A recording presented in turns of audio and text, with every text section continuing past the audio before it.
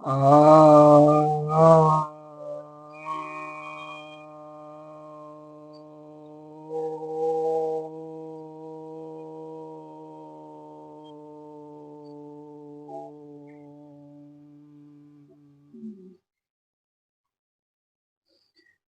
सभी भक्तजनों को सप्रेम नमन। तो आज आपकी जिज्ञासा का समाधान लेकर आया हूँ और जिज्ञासा यह है कि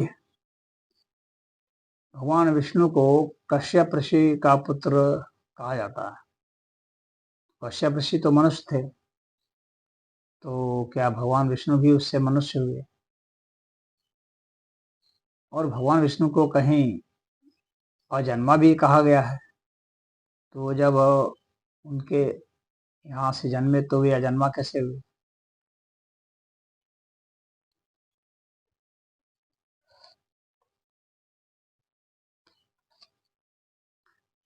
भगवान विष्णु अजन्मा है। अजन्मा जो है वह उनका शाश्वत स्वरूप है।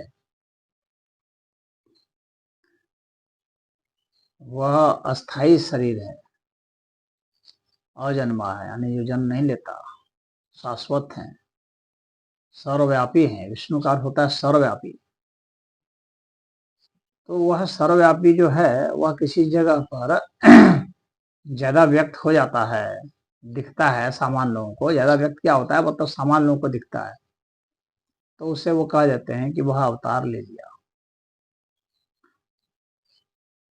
तो अदिति के पुत्र आदित्य कहलाए।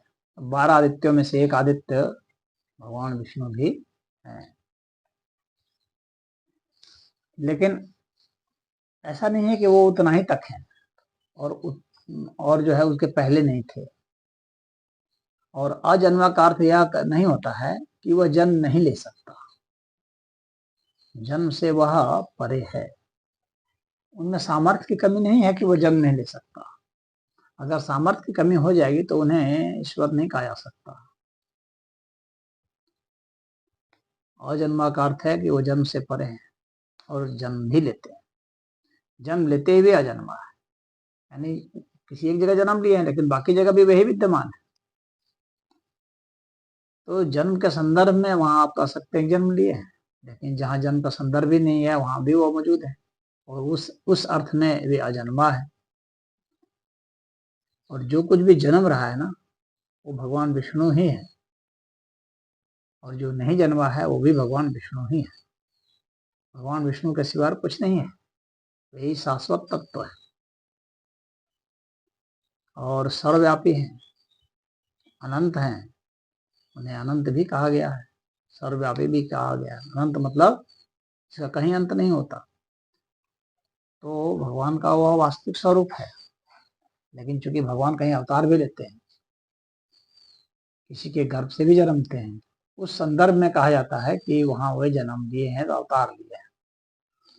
और एक अर्थ में वो जन्म नहीं होता है, इस अर्थ में कि जन्म जो है अपने कर्म के हिसाब से जन्म लेना पड़ता है, कर्म बंधन में आकर के मजबूरन। लेकिन उनके सामने कोई मजबूरी नहीं है, कर्म बंधन से वो मुक्त है। इसीलिए जो कर्म बंधन से मुक्त होकर के जो जन्मता है उसको जन्म लेना नहीं कहा जाता है, उसको अवतार कहा जाता है। तो कर्म बंधन से मुक्त होने वाला भी जन्मता है और कर्म बंधन में फंसा हुआ भी व्यक्ति जन्मता है। कर्म बंधन से मुक्त हुआ व्यक्ति जब जन्मता है तो कहते हैं अवतार लिया, और कर्म बंधन में फंसा हुआ व्यक्ति जब जन्मता है तो कहते हैं जन्म लिया, किसी योनि को प्राप्त हुआ। तो भगवान विष्णु किसी भी योनि में जा सकते हैं, सभी योनि में जा सकते हैं, एक साथ जा सकते हैं और जाते हैं। उनके सिवा कुछ नहीं है। जितने भी प्राणी देख रहे हैं ना, सब भगवान विष्णु ही है। ऐसा कोई जीव नहीं है जो भगवान विष्णु नहीं है। कश्यप ऋषि भी जो है भगवान विष्णु ही है। अदिति भी भगवान विष्णु है, और उनका जो पुत्र हुआ वो भगवान विष्णु, वो तो हुआ ही हुआ। अन्य भी जो पुत्र हुए जैसे इंद्र हुए, वरुण हुए, तो वे सब भी भगवान विष्णु ही है। भगवान विष्णु ने ही भिन्न भिन्न शरीरों को धारण किया हुआ है। तो इसलिए कोई कंफ्यूजन नहीं होना चाहिए, यह नहीं सोचना चाहिए भगवान विष्णु इतने ही भर है, कश्यप ऋषि की एक संतान भर है, यह नहीं। उस एक संतान का नाम उन्होंने विष्णु रख दिया होगा। जैसे किसी के भी लोग जन्मते हैं तो नाम रख देते हैं, भिन्न भिन्न नाम रख देते हैं, तो उसने नाम रख दिया। आज भी बहुत लोग अपने बच्चों का नाम विष्णु रखे हुए हैं, तो वे भी विष्णु हैं, लेकिन उतने ही बार विष्णु नहीं है। नाम तो कोई किसी का भी कुछ भी रख सकता है। तो कश्यप ऋषि की 12 संतानों में से एक संतान जो थे वो विष्णु थे, तो वो आदित्य कहलाए।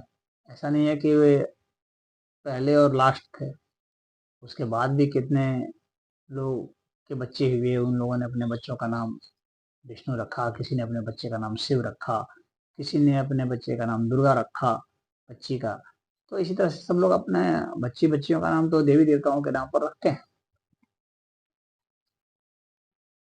यहाँ की परंपरा रही है। तो ऋषि ने भी अपने बच्चे का नाम विष्णु रखा, तो इसमें कौन सी आफत है। और इसे यह नहीं कहा जा सकता है कि वे वहां तक जो है सीमित हो गए।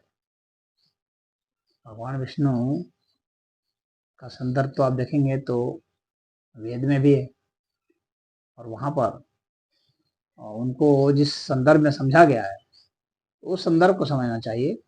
विष्णु जो सबका पालन करते हैं, विष्णु जो यज्ञ स्वरूप हैं, विष्णु जो सर्वव्यापी हैं, विष्णु जो अनंत हैं, विष्णु जो सब कुछ है। तो वो तो सदैव हैं, सदैव थे, सदैव रहेंगे, हर रूप उन्हीं का है। तो जो सब रूप उनका है, सर्वव्यापी और सर्वरूप वाले जो हैं वे विष्णु ही यथार्थ विष्णु हैं। और ये जो विष्णु हैं जो किसी के पुत्र के रूप में होते हैं, ये अवतारी विष्णु है। तो जो अवतारी विष्णु हैं वहां पर अभिव्यक्ति मानी जा सकती है। विष्णु के कुछ कला अवतार होते हैं, कुछ अंशों के अवतार होते हैं, अंशावतार होते हैं। तो यह जो भ्रांति है ये समझ जाना चाहिए, न सिर्फ विष्णु के अर्थ में बल्कि शिव के अर्थ में भी समझेंगे, या दुर्गा के अर्थ में भी समझेंगे, या राम के अर्थ में समझेंगे, या किसी के भी अर्थ में समझेंगे, तो यह समझ लेना चाहिए कि जो सर्वव्यापकता है वही परब्रह्म परमेश्वर का स्वरूप होता है, और जो आकार का स्वरूप होता है, अवतार का स्वरूप होता है, तो वह उनकी साकार अभिव्यक्ति होती है, वह उनका एक अंशावतार होता है। तो उतना ही मात्र को नहीं समझिए। तो विष्णु क्या मनुष्य हैं? तो हाँ हैं, मनुष्य भी है, लेकिन मनुष्य ही हैं ऐसा नहीं कहा जाता। मनुष्य भी हैं, कीड़े मकोड़े भी हैं, पशु पक्षी भी हैं, पेड़ पौधे भी हैं, और धातु पदार्थ भी हैं, सब विष्णु ही है।